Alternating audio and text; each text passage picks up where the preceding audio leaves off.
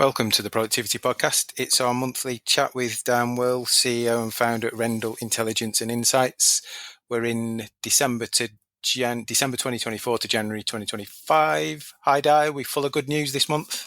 Well, we have some better news, Simon, which is encouraging. Good. That's what we like. Yep. Where are we at then? Right. So the initial indicators came through right at the beginning of the month in terms of footfall and sales from the BRC, and they were really quite positive. So BRC reported an increase year on year of sales of 2.6%, and their footfall data provided by Sensormatic was up by 6.6%, which is very encouraging. So that's all very strong. Slightly later in the month, Beauclair came through with their sales data for sales in towns and cities specifically, and that wasn't so strong. That was actually a drop year on year, 3.2%. So whatever's happening, people aren't, that increase in footfall and spend not translating into sales in the high street. So good and bad.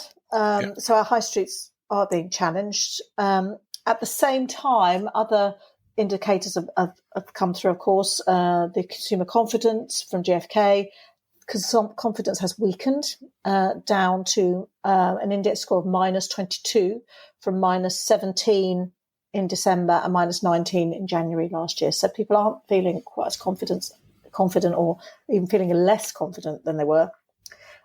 As we all know, inflation's gone up a little bit. This is now sitting at 3%. And that a lot of that is food inflation, but also inflation in restaurants and hotels, so hospitality inflation as well. So some good stuff and some not so good stuff out there. So it's sort of steady as she goes, really. But the ONS came through with their sales data today as we're speaking. They've just released sales data for January, and that's in positive territory as well. So on the whole, not too bad at all, although, as I said, high streets are still challenged in capturing that spend. So we're kind of in this holding. If it was a plane, we'd be circling above the runway, wouldn't we, waiting for a space. But I suppose the space we're waiting for here is the understanding of April, probably not April the 1st, the end of April, the true impact to bottom line for any business with people, for the NI and national living wage increases.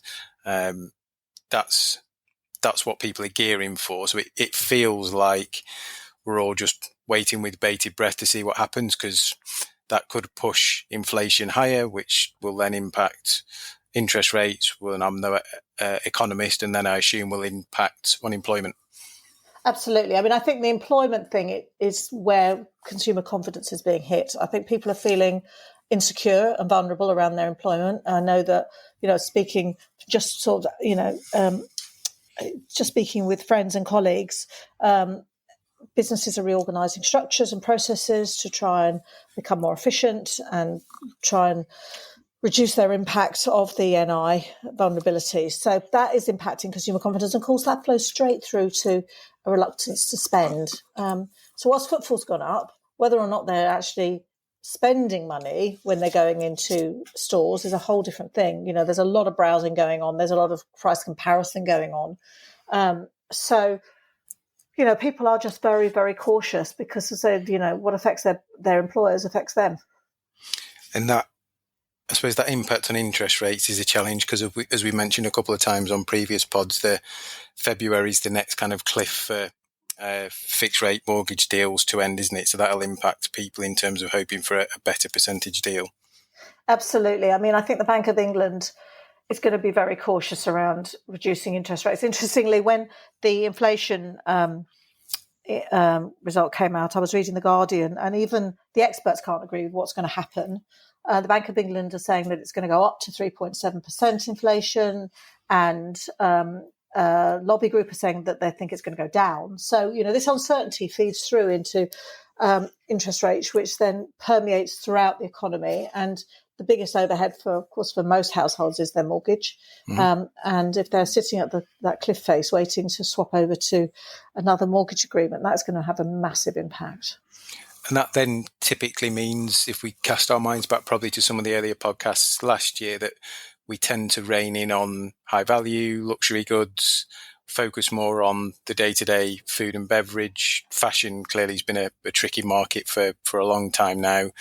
But I think it was kind of food and health and beauty that were relatively stable or in growth for most of last year. Everything else becomes more discretionary.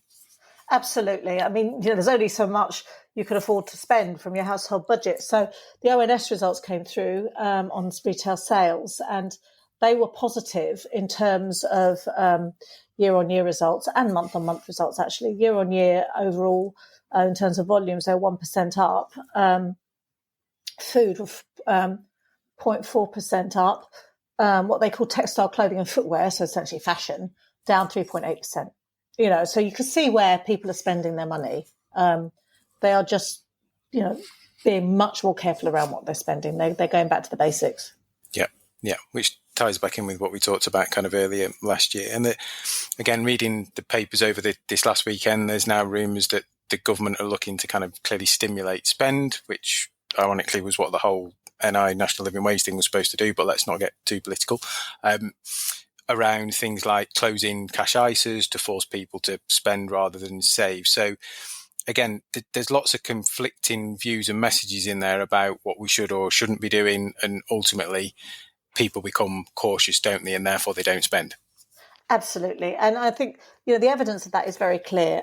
You only have to look at the ONS information on savings, and savings are still at 10%, which is the highest they've been since the pandemic. People are sort of stashing money away for a rainy day just because of the uncertainty. We don't know where we're going to be. And you read newspaper articles and, you read it, and if the experts can't agree where we're going, then what hope is there for the rest of us? So people are simply, trying to replenish their savings pot from when inflation was in double digits, but then also trying to think about the worst case scenario and make sure that they've got enough buffer in case they lose the job. Yeah. So I suppose we're going to enter a strange period of time now, aren't we? February is typically a low trade period as people recover from Christmas spend, get ready for Easter. So it's in any retailer, it's normally one of the fallow months, and hospitality just because of general money. Easter's April this year, which ties in with the NI and National Living Wage stuff. So the next couple of pods will be quite interesting, I think, in terms of if we continue to see inflation grow, what happens with interest rates, what the ONS figures and the Beauclair figures say, because really I think by the time we're in May, hopefully we have a more stable view and read of the economy and where we're at, which will hopefully give people some confidence to spend and, replenish the reserves. Absolutely. I mean, I think that the key thing for the next month or two is inflation, because that's going to drive any change in interest rates, which will then drive consumer confidence or not. So you're absolutely right. It's a fallow month. It's wait and see what happens with inflation. That's the indicator that we've all got to look at for, and we'll see where we go from there. Yeah, and I suppose my worry is being quite knee-deep in some of this NI and National Living Wage stuff with various retailers, hospitality companies, and helping them think through the longer journey. If they run out of runway to April and getting their plans in place, the obvious thing to do is put cost up, which will then drive inflation. So we're back round in this kind of holding pattern. Well, of course, yeah, we've already seen inflation go up from 2.6 to 3 in 1 month. So it's starting, and a lot of retailers, the margins are so thin that they can't afford to absorb it. This just simply doesn't enable them to retain a viable business. So it's going to be passed. So I think we are going to see an increase in inflation to at least 3.5%, maybe 4%. On a positive note, there's some really good creative stuff happening there that's maybe not hit the high streets or the restaurants yet, from where people are trying to not pass all the cost on to consumers, but be creative. Certainly lots of forward-thinking companies thinking more about driving additional services, average transaction value, by being more attentive and having better quality service than just cutting costs. So there's a real mixed bag of people slashing cost, which can be very blunt and have significant long-term impacts, not so good and detrimental sometimes to those organisations themselves.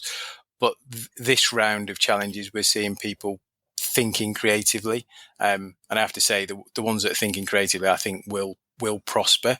Won't necessarily pass all that cost on to customers, which can only be a benefit. No, I mean, actually, I'm glad you mentioned average transaction value, because that's one of the metrics that Beauclair report on. They look at number of transactions made by customers in high streets, the number of customers who are actually purchasing in high streets, and then their average transaction value. And average transaction value had increased last month by 1.8% from January last year, and actually by 2.6% in fashion and 3.6% in health and beauty. So, people are spending more. There are just fewer customers buying. Yeah. So, the retailers really need to focus on their customer base, those who are buying, and try and exploit that and up that ATV. Yeah, because that's going to move the dial. Yeah, I think we talked about it on a couple of previous episodes. It's got to be a key metric for at least the next 12 months in any selling customer-facing organisation who driving ATV, because getting new customers is really, really tricky.